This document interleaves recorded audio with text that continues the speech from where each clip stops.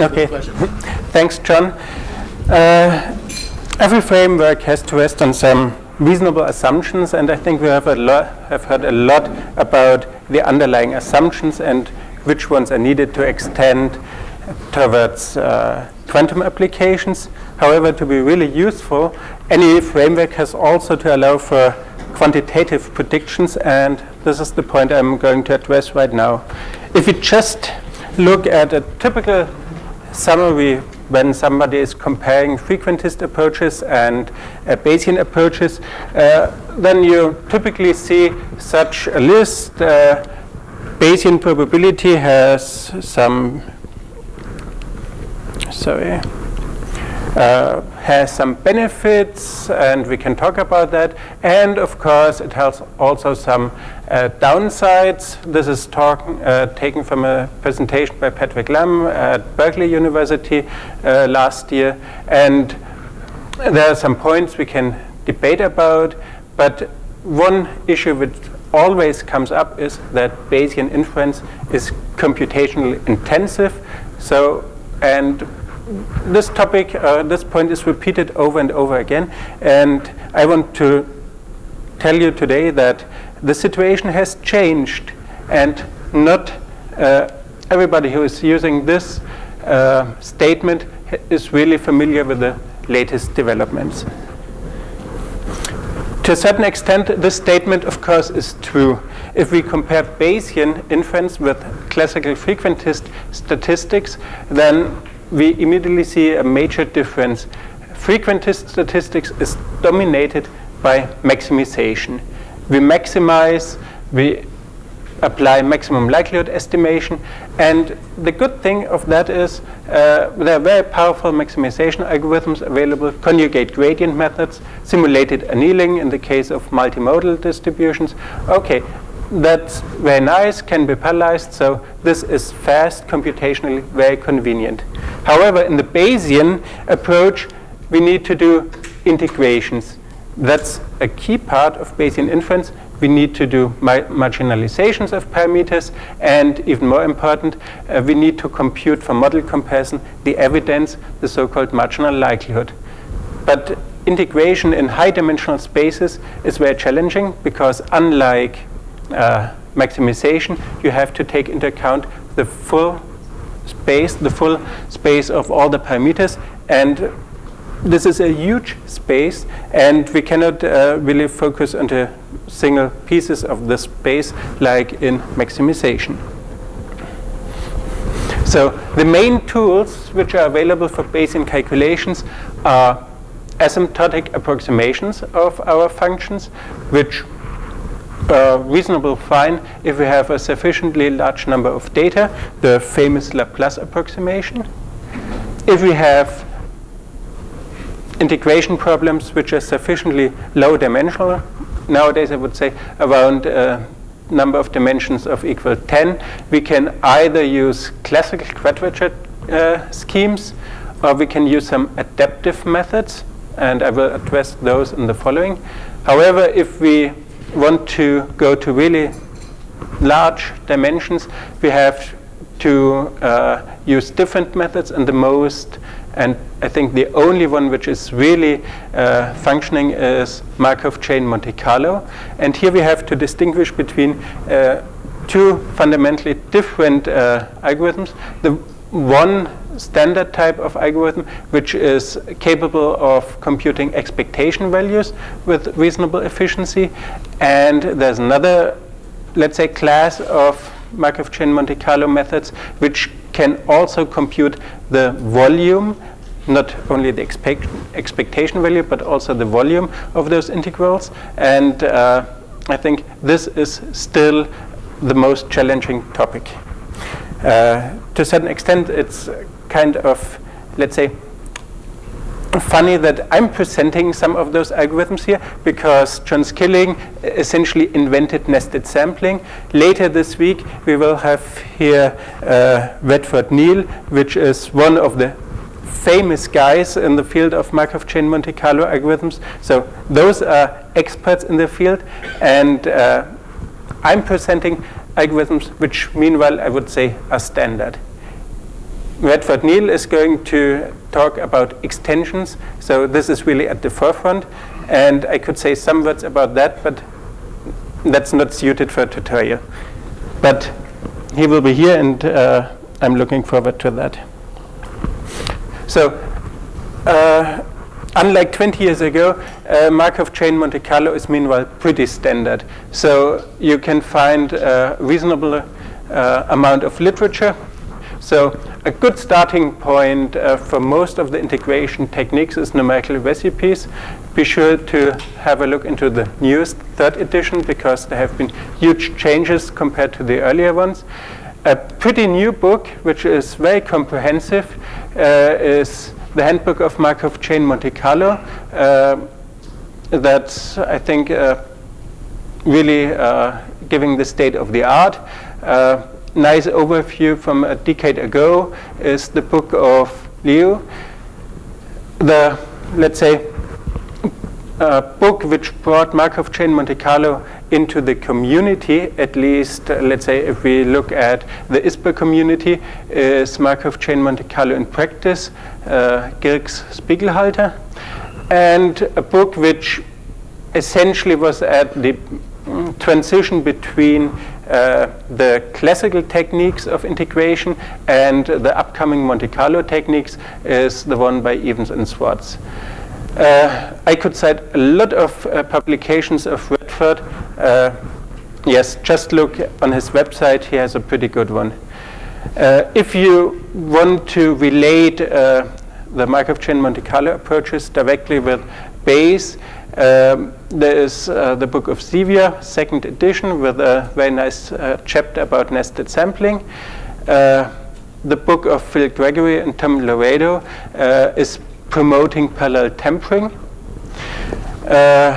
Bayesian data analysis by Gelman is presenting most of the standard algorithms, which, let's say, like weighted importance sampling. I think one has to be a little bit careful there, because if you really try those algorithms, theoretically they are fine, but if you do not have very nice problems, you easily end up with results which are, not very reasonable.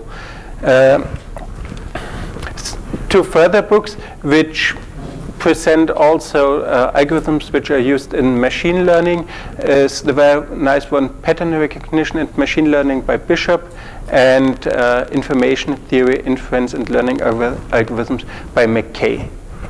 There will be notes, I think, for this tutorial, and there are a lot of further references given. Okay, the most easiest one and most widespread used approximation to do high-dimensional integrals until, let's say, 85 or so is the Laplace approximation. The idea is pretty simple. You have a high-dimensional function. You search for the mode, or for one of the modes, and then you approximate that function at the location of the mode by a multidimensional Gaussian shape. And for that, you just form the logarithm and derive the second derivative of this function. So illustrated here in a graphical way, you have your distribution you're interested in. You form the logarithm, which is nice because that results in a much smoother function. You approximate this function by a Gaussian, and then you extend the limits of integration of this Gaussian towards infinity, and then you hope that this approximation is giving the desired integral. This very often works quite reasonable, and if it fails, it's not so much, in many cases, a mismatch of the functional shape itself, but it's that in your problem you have some integration limits. For example, if you have concentrations, the concentrations cannot be negative. So this extension of the integration limits towards infinity is really causing the huge mismatch. And I think we have later this week a presentation about Dirichlet functions, and there this issue can be pretty severe. If you want to go beyond the second order approximations, you can find formulas here, but I think they have been more or less superseded by Monte Carlo approaches.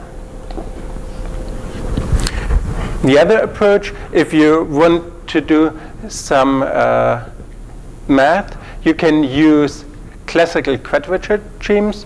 So those are highly optimized for the one-dimensional case, so Gauss-Legendre, and they have the benefit of an extremely high accuracy. So if you're looking for 7 digits precision, that's the way to go. However, this high precision can only be achieved in 1, 2, 3 dimensions. However, the benefit is you have a pretty robust estimation of the error, and if you have a pretty nasty function which has singularities, there is huge knowledge how to reparameterize those functions so that they behave well. Additional benefit is you have a number of well-tested library routines, so coding of this integration into your own algorithms is pretty easy, and if you are happy with those approaches, don't look further. You have all the benefits, high precision, it's easy, it's fast. If you can live with that, fine. However, the drawback is if this integration routine needs around 20 function evaluations in 1D, you are in 10D already 10 to the power of 13, and this is a pretty strong limitations. So this approach is not really going to bring you to a larger number of dimensions. In the same ballpark are adaptive methods. The ones I was presenting just before, they are once given and then they are just applied in a pretty systematic way. The adaptive methods try to suppress the combinatorial explosion by focusing onto those areas of your function where the most probability lies. And of course, the coding effort is a little bit higher, but again, here we have a pretty decent selection of packages which have already been implemented, and yeah, they are on Netlib or can be downloaded at several places. However, if you write such a routine, you have to define some set of rules how you subdivide your grid. And in the almost all cases, this subdivision is done along the Cartesian axis, and if your problem is not suited for that, for example, you have a probability mass lying in a diagonal space, you're in trouble, because then the number of subdivisions need to be so large that you do not get any benefit from that. Let's have a little example. So here we have a very flat probability landscape, okay, with 2 peaks, one peak and one depression lying diagonal to each other. If we now look at the sample points which have been used by the algorithm Vegas, you see that in the sample points you see nothing which reflects the diagonal position, because Vegas is using those Cartesian subdivisions. So you have the data points along here, and then you have 2 subdivisions along the y-axis. So in 2 dimensions, that's very easy. The refinement is sufficiently precise with not too many cells, but if you're in a larger dimensional space, this will be prohibitive. Okay, so same message here. If your problem is adapted to the structure, fine. You can try to reformulate your problem that the variables are, let's say, oriented along the variables used by the algorithm, and then you can expect pretty good performance. How about convergence of those algorithms? So the standard quadrature rules have some order of convergence with the number of sample points, and this factor, this exponent k, can be on the order of typically 2, 4, 6, 8, up to 10. So this means you have extremely fast convergence in 1D, and it's very often quite surprising how few function evaluations you need to come up with a pretty good estimate of the integral. However, if you go to larger dimensions, then this order of convergence goes down because it's divided by the number of dimensions. So if you have a 10-dimensional integral, you're already down to O to the power of whatever, 0.25. In contrast, Monte Carlo integration gives you an order of convergence which is independent of dimension. That's the big benefit. So you always end up with order of convergence square root number of data points. Since those Monte Carlo points ignore any smoothness of your functions, this convergence order is pretty poor in 1, 2D. However, if you have a large number of dimensions, it really has a huge impact. Maybe as a side note, this square root dependence need not to be if you use, instead of random samples, uniform random samples, sub-random sequences. Random sequences are clever chosen schemes where the points maximally avoid each other without having the regularity of a grid. You can improve that to n to the power of -1. However, a practical problem is the prefactor can be pretty large. In these complexity analyses, are you making any assumptions about the function f of theta, like convexity, for instance? No. So you don't need to have nice sampling properties of that function? No, you don't need that. It may affect the factor in front of the exponent, but the exponent itself is independent. Or do you mean with the sub-random sequences? There it may have some effect, but usually, let's say, sharp boundaries are the worst case you have. So this brings me to my first summary. For low-dimensional integration, you have a pretty large choice of robust techniques. You can harvest excellent uncertainty estimates. Those are library twins. So essentially, you have a pretty good turnaround time if it applies. And due to the increase of computing power, in this regime, Bayesian computations are straightforward. That's quite different from the situation 30 years ago. If you look at papers from that time, people had really to do a lot of approximations to come up with a quantitative estimate. Nowadays, you just put it to the computer and you get the results. However, the threshold where you can do that is around, let's say, a dimensionality of 10. Okay, what do we do if we have a number larger than 10 dimensions? So the statement, which is still true, high-dimensional integrals are very difficult. So maybe we should restrict ourselves for the time being not to general integration, but we focus first on the computation of expectation values for under a given probability distribution. This is one of the most common computations you do. You compute the mean of some parameter, you compute the standard deviation of some parameter, some higher order moment, and so this is for parameter estimation, I think, the most common application in Bayesian inference. And the basic idea is you replace the integration over the parameter of interest by a probably chosen sample, which is then you have the parameters probably chosen, and you just replace the integral by the sum over those samples.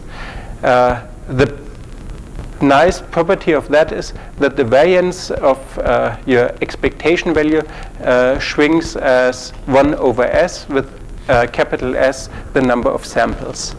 which means that a few samples of the order of 20 are very often sufficient to give a pretty precise estimate of the expectation value you're after. And that's the nice point.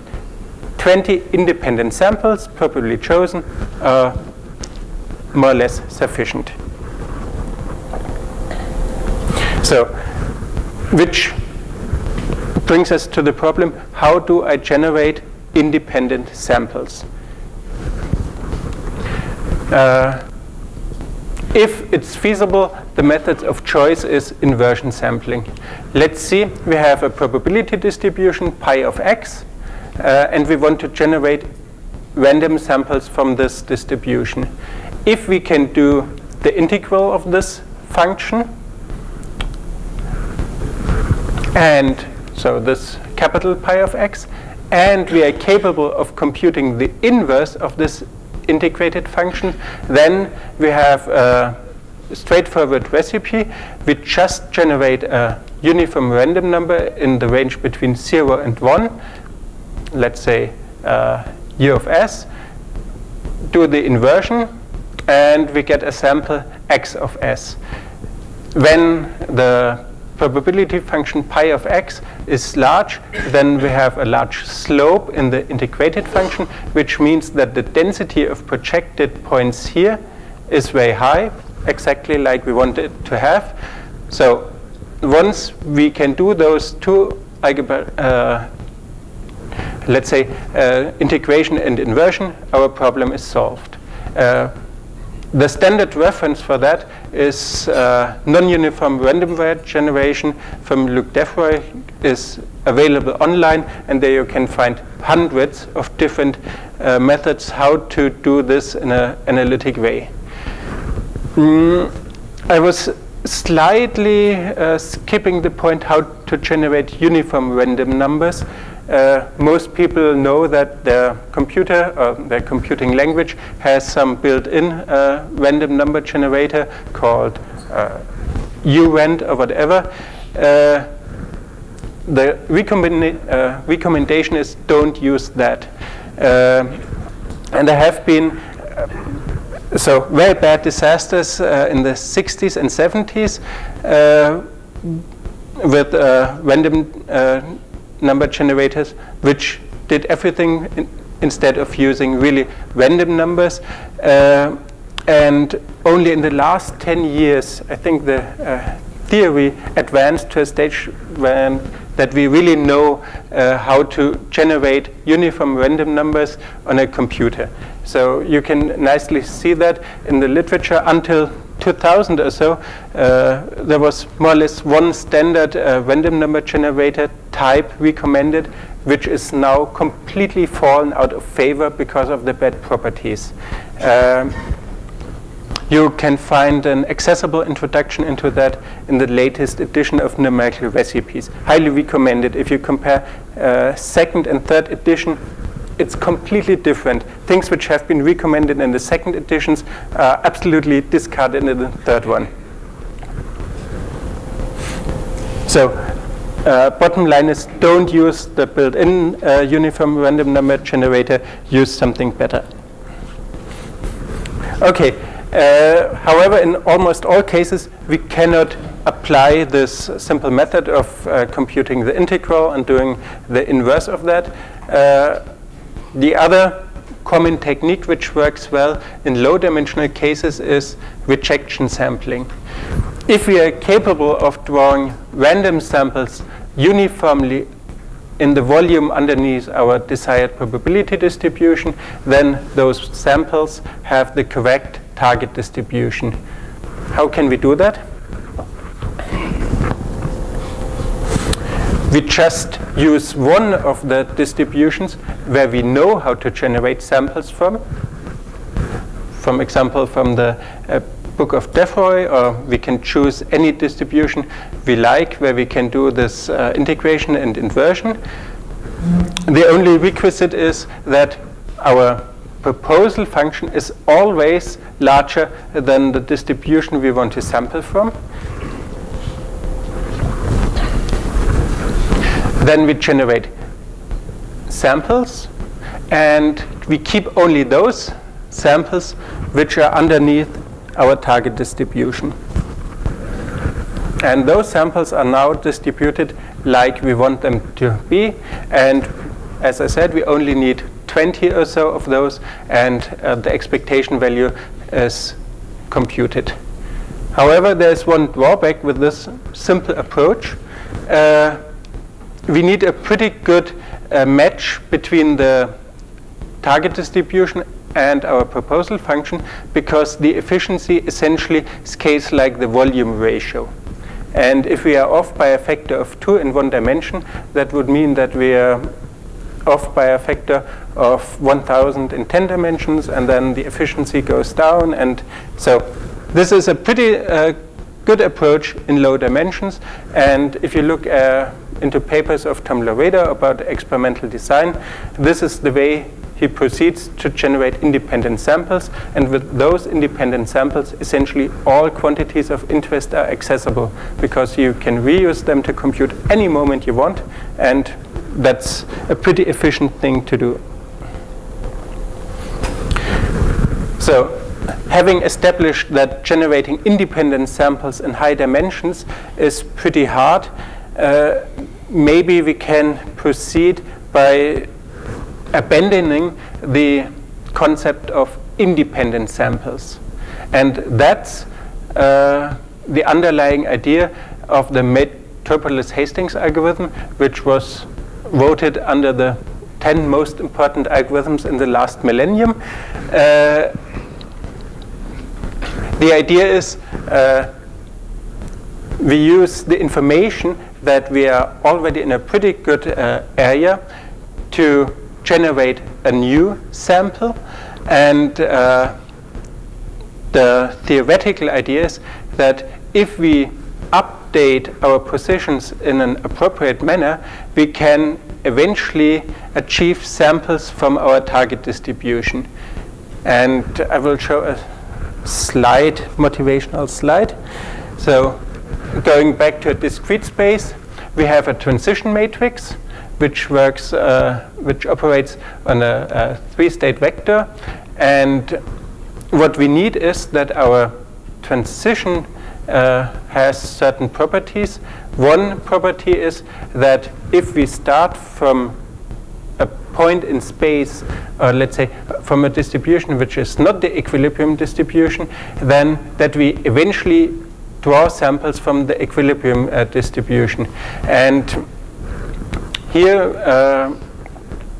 the equilibrium distribution is the one where if we apply the transition matrix to it, we obtain the same distribution.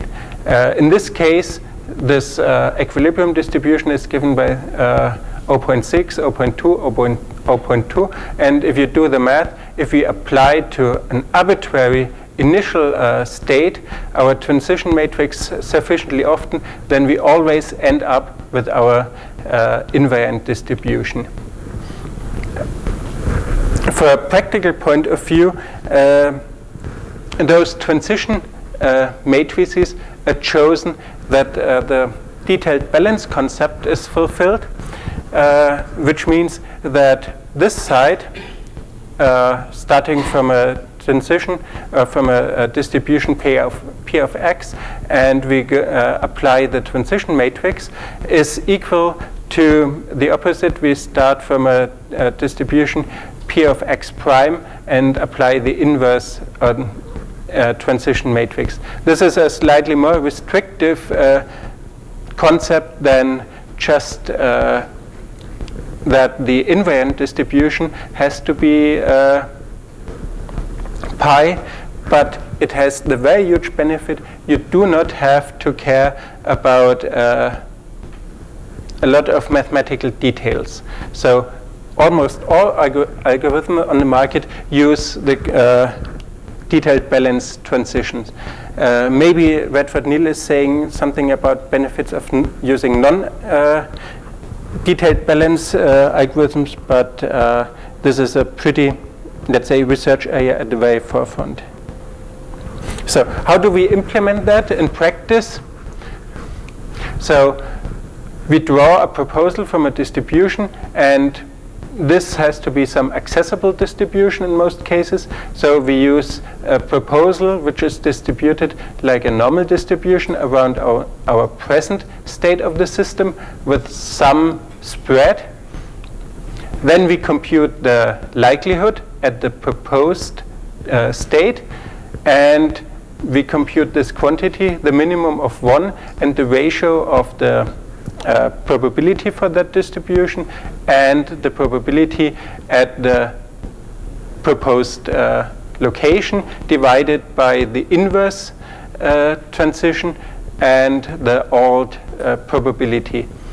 If we have a proposal like that, where the back and forth proposal has the same probability, those two terms cancel, and essentially we only have the probability of the system at the new point divided by the probability of the present point. And then, depending on this ratio, we either accept the new state or we keep the old one. That means that we essentially have a trajectory of different states where the same state may be kept for a certain time. One very important thing is that since we have here the ratio of probabilities, our probability distribution needs only to be known up to a constant. That's absolutely crucial because in most cases we do not know this normalization constant, and without this property the whole Metropolis Hastings algorithm wouldn't be useful at all.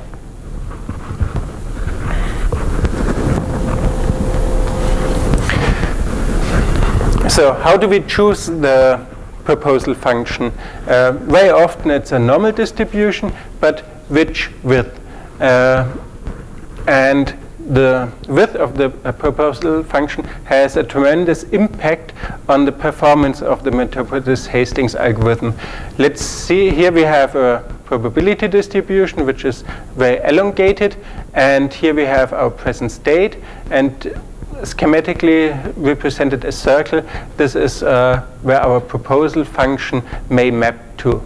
So if the proposal function has a very small width, that means we more or less stay at the same place and can jump only very small distances.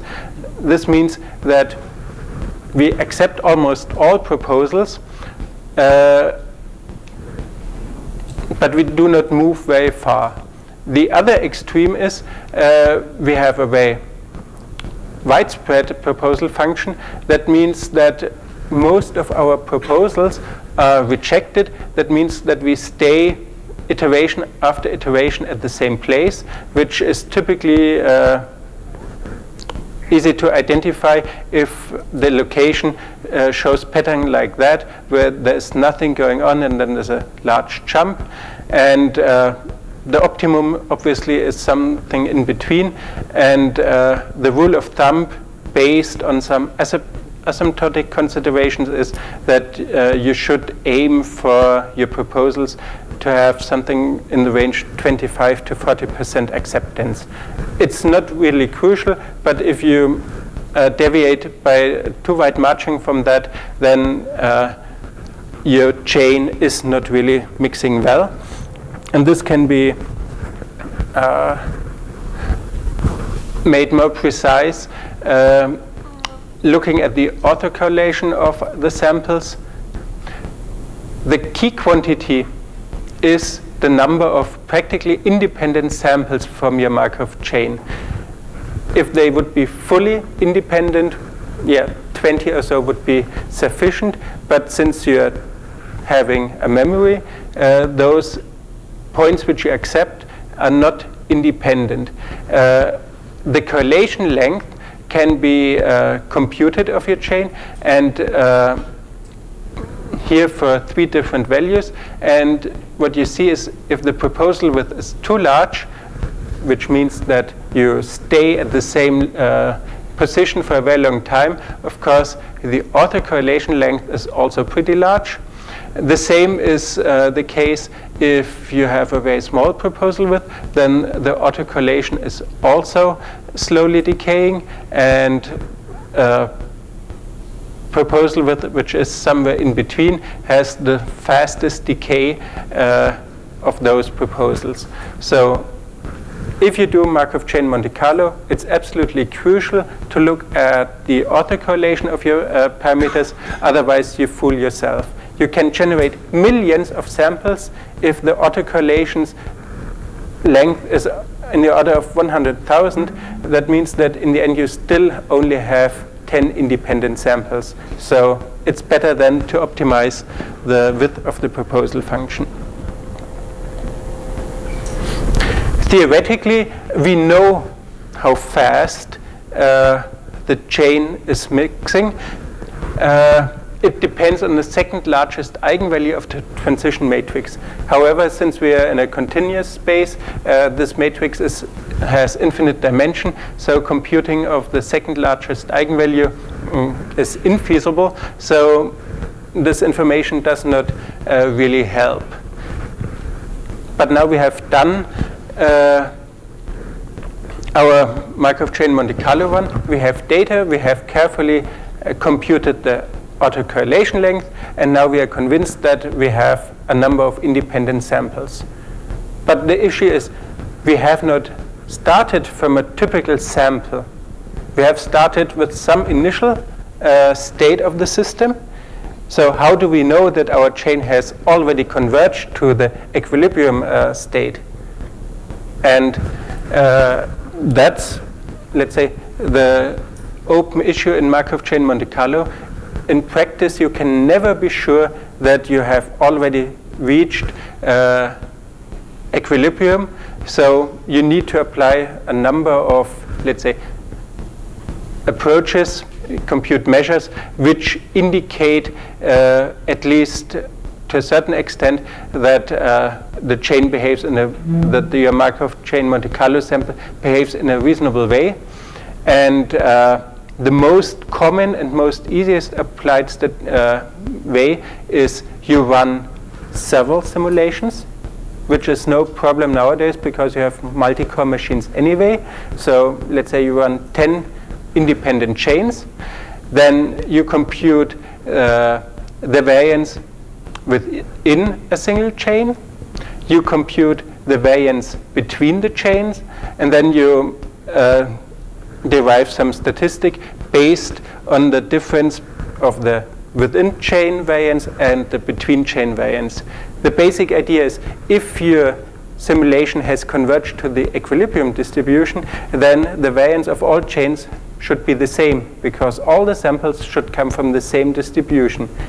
Since you have started your chains at different locations in the space, this statistic could in principle indicate that the chains have not all reached your equilibrium state. That's the basic idea between on which this statistic is based on. In earlier papers, there was a huge debate if you should run a single very long Markov chain or very huge number of short ones. I think nowadays use as many cores as you have available and then see if all the chains behave in a similar way.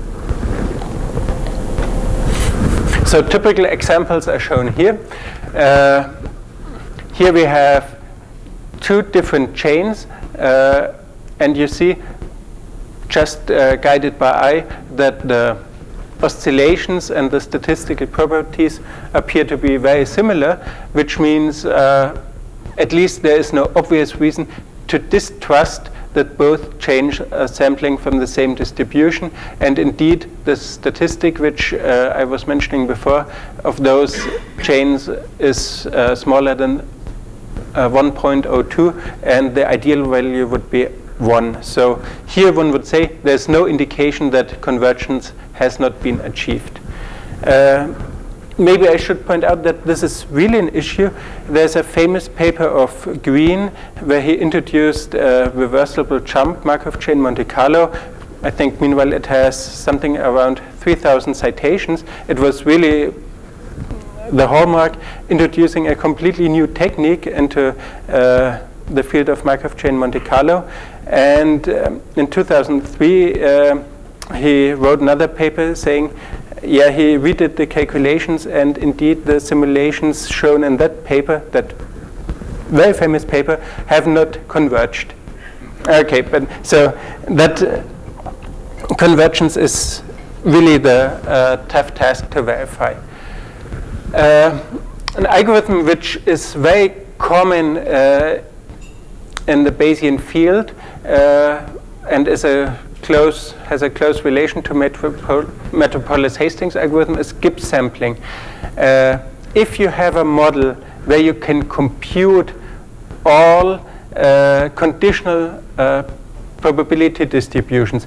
Conditional means you keep all the probability vectors constant except of one, and you can do the conditional distribution. Then you get an algorithm which has no free parameters, which of course makes it perfectly suited for black box implementation, and that's the famous or infamous bugs or WinBugs software, and that's very common, for example, in the ISBER community.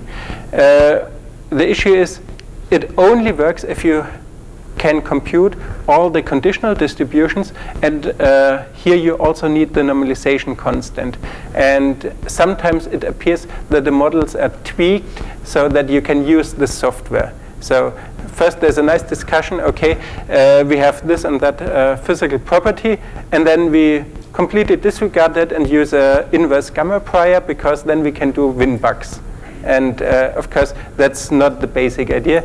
But if you have a system where you can compute all the conditional probability distributions, also don't look further, just specify those distributions in the software, press the button, and you're set. The principle how it works is you have here a two-dimensional probability distribution. You can sample from the conditional distribution, which is essentially the projection onto the x1 axis, and you generate an independent sample. Then you do the next step. You project your probability cloud onto the x2 axis. You again generate an independent sample, and independent with respect to this location, and then you repeat that, which means that you have some kind of rectangular movement in the parameter space. The big advantage is no free parameters and acceptance probability of 100%, because all proposed samples are taken. There are counterexamples in the literature where the Gibbs algorithm takes for eternity to converge. The famous Mexican hat example, where you have a rim of probability and a probability mass in the center, and only when all locations, all parameters are aligned, then you can jump to the center. But in most cases, if you can apply Gibbs sampling, it's not too bad. Then, of course, I have to mention slice sampling, since we are in Toronto and it has been invented here. The key issue, which is really making headaches in Metropolis Hastings Markov chain Monte Carlo, is how to choose the proposal function. The width is crucial, as I mentioned already, and here Neil came up with a pretty neat idea. If we can generate somehow independent samples in the area underneath our probability distribution, we essentially emulate a kind of rejection sampling, and this is done in a pretty clever way. You have a location, you know the value of your probability function, then at this value you extend your area where you sample from until you have reached values outside. Then you go back in until you finally find a place where you are below the value of this probability function, and then you accept that sample. Since the stepping out, stepping in can be done in a very efficient way, for for example, by bisectioning, you can have a pretty adaptive, so to say, way of changing your proposal width, and that's very neat. One drawback is it's essentially a one-dimensional idea. If you have many dimensions, you have to somehow accommodate the other dimensions, and since the same approach is not feasible with planes or hyperplanes, you have in most cases to randomly assign directions, which may hamper the performance, because very often you're just coming out of the optimal direction, and then you have a huge number of mismatches. However, the function is implemented, for example, in MATLAB or also in R. So I highly recommend using that one because it's much more efficient to use this technique compared to a slightly mismatched standard width of a normal distribution. So far, we have only been addressing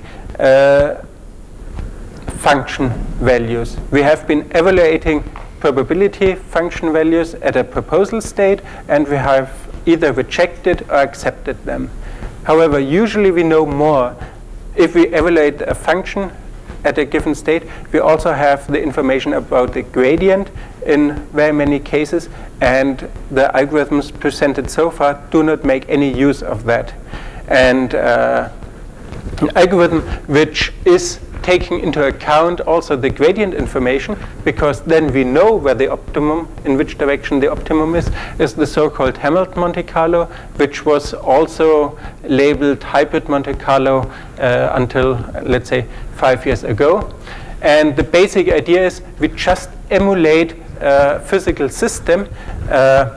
Just imagine a ball rolling around a surface. We start at a certain location, and then we have momentum, random momentum addressed, and then we just follow the trajectory of this ball, and with a high probability this ball is moving downhill.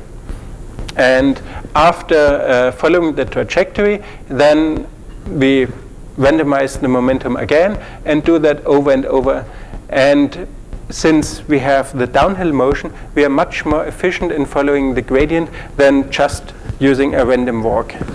And that will be illustrated by a few slides. So what we see here is the shape of a probability distribution, maximum in here, and this is our starting point.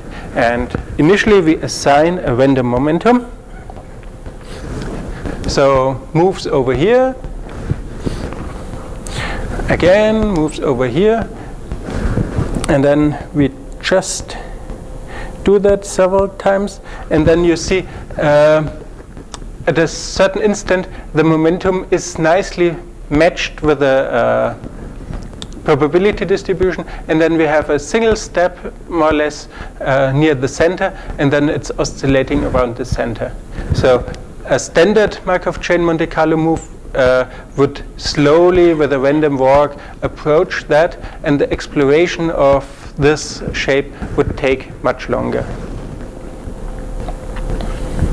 So, second summary, if we are after expectation values, which we are very often are, then Markov chain Monte Carlo is definitely the method of choice.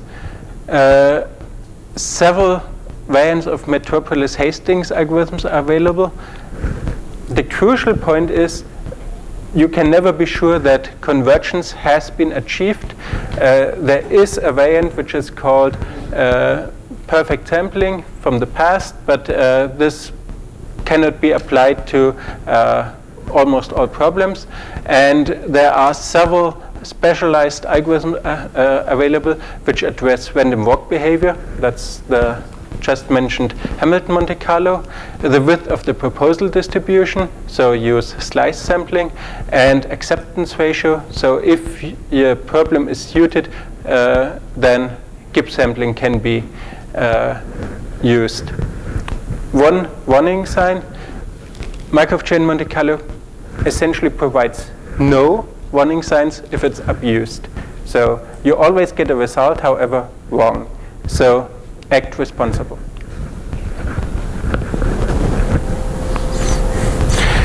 One issue which is very bad in this respect is if your probability distribution is not nicely behaved with a single mode, but has several widely separated modes. Infamous for that are problems where you have, let's say, issues with labeling problems. So, for example, you have a superposition of different Gauss contributions, and if you label the first contribution 1 and the second 2, or other way around, doesn't provide any change to the probability value, but if you look at the parameters, it's a completely different issue. So there you have widely different modes, and if you are stuck in one mode, you will never cross over to the second one, which means convergence sampling all modes can be extremely slow. We are talking about ages of universe or so. And unfortunately, those models are also quite common.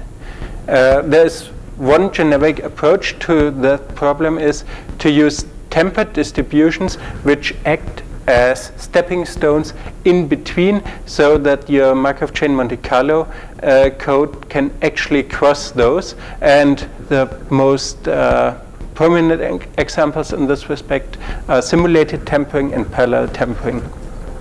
The idea is pretty simple. You have your probability distribution and you just raise that to some exponent, and this exponent is varied between 0, which essentially flattens out the whole distribution, and 1, which is your desired distribution. This is schematically shown here. So here's the beta axis, 1, 0. So for beta equals 0, the distribution shown here, consisting of 2 Gauss peaks, is very flat, and then the beta value is increased, and then you see how those bumps are growing, and here that's the target distribution. And essentially what you do, you simulate all those functions, and not only within a given function, but you also propose transitions between the different temperature levels, and this is shown here.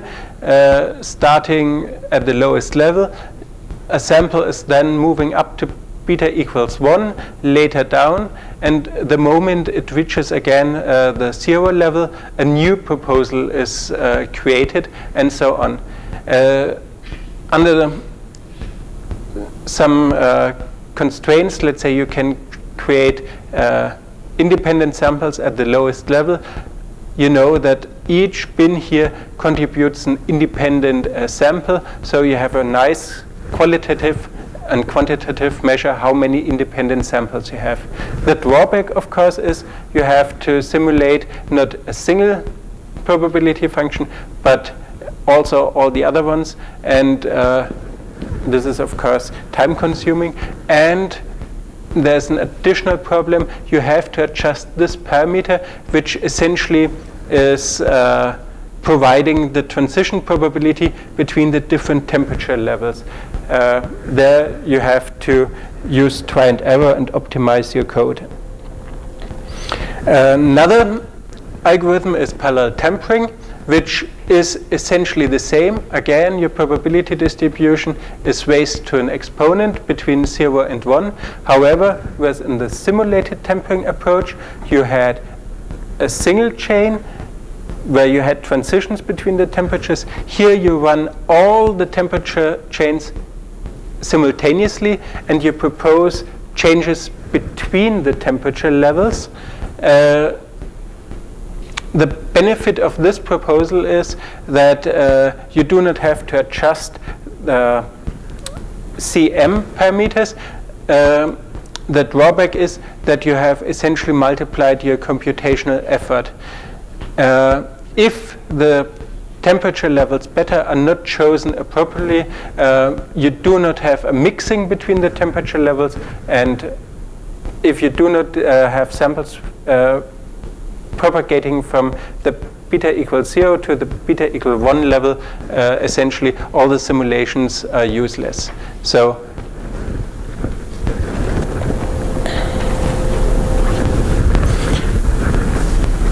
And now coming to the most challenging point is if we do not want to compute the expectation value but the normalization constant. Most challenging, however, also the most rewarding problem, because the evidence or marginal likelihood is the key quantity for model comparison and should essentially be given for all your computations, because that allows also others to compare more fancy or more simpler models to your result. The problem is you could consider this kind of computation where you integrate over all the parameter space as kind of expectation value of the likelihood, under the probability distribution of the prior. However, since the prior is very vague, you lose almost all your samples in regions where the likelihood contributes nothing. So here you can easily spend 10 to the 50 samples without having reasonable contribution to your integral. And those are the approaches which are most often used: thermodynamic integration, to a certain extent reversible jump Markov chain Monte Carlo, and nested sampling. Let's focus on thermodynamic integration first. Before I was speaking about parallel tempering, and parallel tempering and thermodynamic integration really provide a perfect match. You can formulate the integration in such a way, integration of the parameter space, and here the likelihood times the temperature exponent.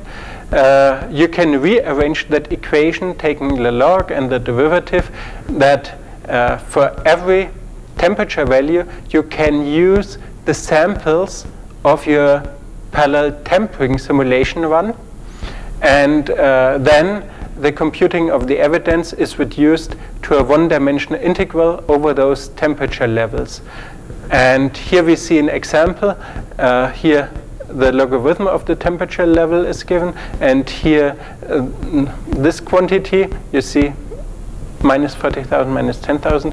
So that means the contribution to the integral is only provided here at the very upper end. It's really the end, okay. However, you need all the other temperature levels to have proper mixing of the chain.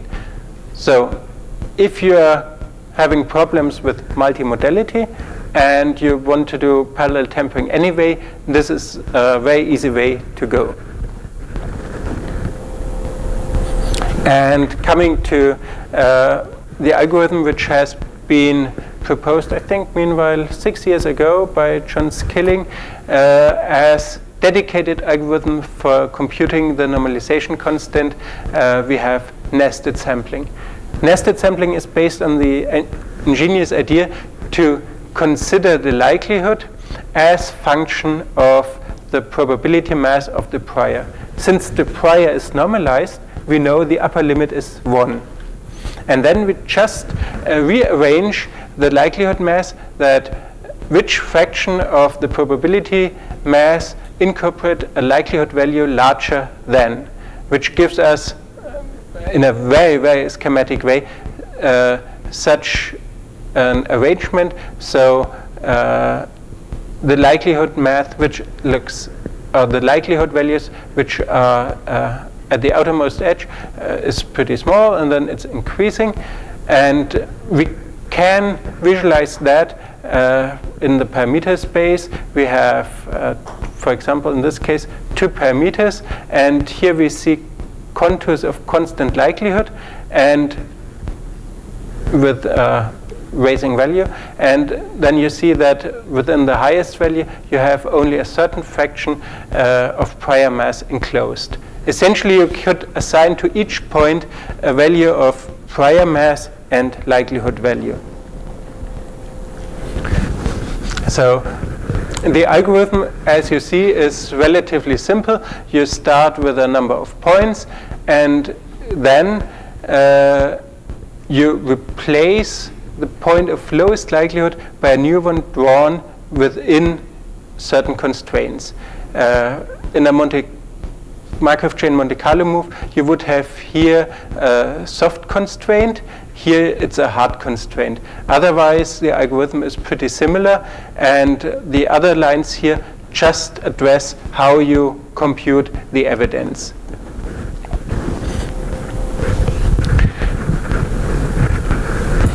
The key idea why nested sampling works is that you probabilistically sample from the uniform distributed prior mass, and this gives you an order statistics, and although you do not know where you are, you have a probabilistic idea where you are.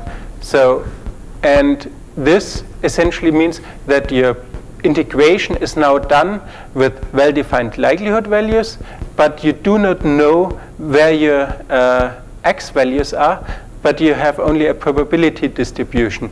And when you do the math, then it turns out that this converges to the evidence with a reasonable error or uncertainty margin. You may argue that here everything is nicely, let's say, centered. How about if you have different regions in the parameter space where you have contributions of high likelihood? For that, extensions exist, and Mukherjee has essentially derived a nice software package incorporating that. And this software package is meanwhile used in astrophysical applications and model comparison. So time is approaching the end. So this was an overview of some of the most common techniques. There are several others which I think are noteworthy. Since 2000, the idea of a variational treatment of the integrals has gaining ground, and if your problem is suited to that, you can have really impressive results. In Markov chain Monte Carlo algorithm I have been skipping is reversible jump Markov chain Monte Carlo. It's a dimensional change. Right now, the techniques I have presented had all the same number of dimensions. However, issues like convergence are amplified by this technique.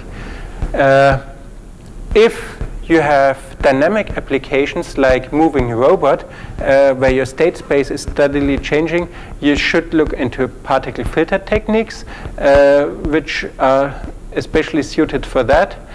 In the machine learning community, there's also ample use of expectation maximization algorithms, and the keynote is a lot of problems which couldn't be solved 15 years ago are now pretty standard, and a lot of problems which are intractable today will be or can probably be solved in 10 years because the development goes on a pretty fast speed.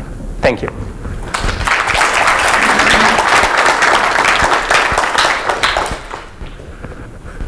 Thank you, Udo. I'd like to particularly reinforce this point here, which is exactly what I'm trying to do myself, and others too. Questions? It's been a good day so far.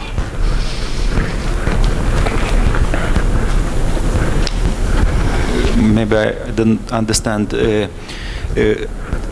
Once the integral was calculated, whatever method was used, how do you incorporate that information into calculating current state distribution? We already know previous state distribution. I'm referring to particle filters techniques. Do you use prior estimation results from? Because in practice, in signal analysis, distributions do not change quickly over time. Yep, let's say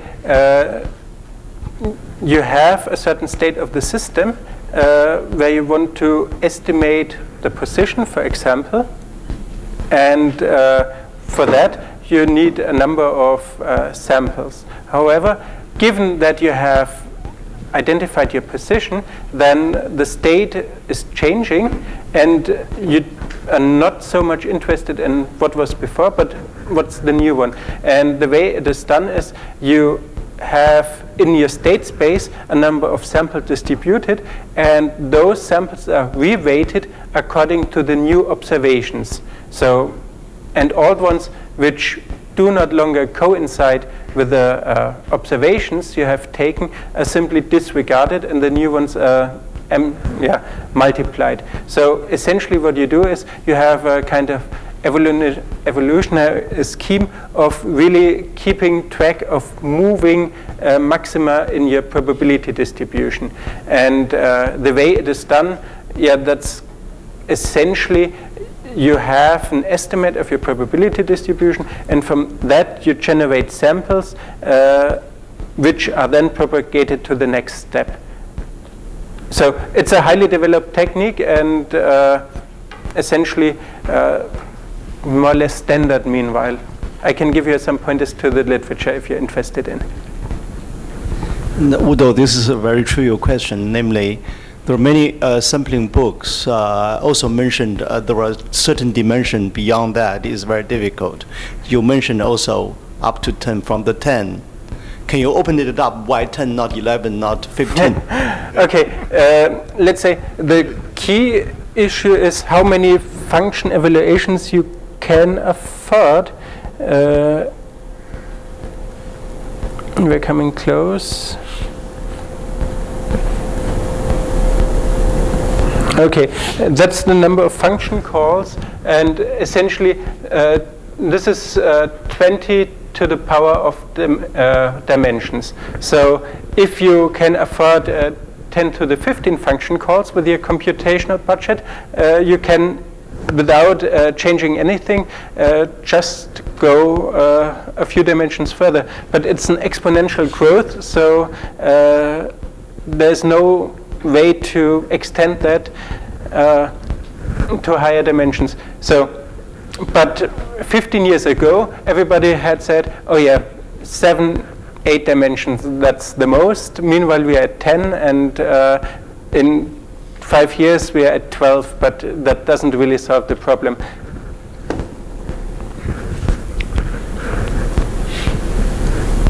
Right, well, I think people have had a wonderful day. That seems to be enough. I think perhaps we're getting tired. Thank you very much again. Let's thank all of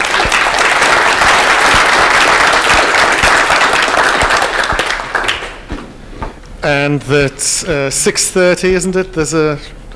Yeah, if I can just make my nose now, please. So we have a